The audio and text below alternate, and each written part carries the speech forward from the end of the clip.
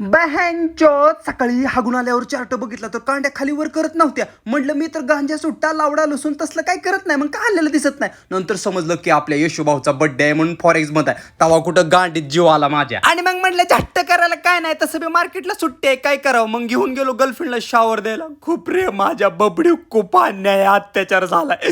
कुठल्या न्यायाला जाऊन गांड मागू सॉरी दाद मागू. आणि मग नंतर जराशी फळं बिळं आणली. आई झवली त्या खुर्चीवर बसून बसून अक्षरशः माझ्या बोचाचा कातरचा बोगदा झाला. आणि मग नंतर माझ्या झटभर बॉडीला शाट्टभर भूक लागलेली. मग नंतर थोडस जेवता जेवता थोडीशी चोदमपट्टी बघितली. ओ या मग थोडासा सडी बिडी केला. मग नंतर म्हणलं माझ्या गांडाला बेंडाला थोडस बाहेर बिर फिरून येतो, एफसीचा सेकंड माल वगैरे बघून येतो. आणि मग एफसीला गेलो, थोडीशी पोटाची पूजा केली आणि डोळ्यांची पण. त्यात आई झवली. एक जण पोरगी आली मला धडकली, मला म्हणली भैया दिखता नाही क्या तुमको. मी पण म्हणलो गचपान ढवळे तू त्या लायकीचे नाही, भुगलेवणे तोंडाचे निघ. मग नंतर आलो रूमवर. बस एवढंच, मुतून झोप.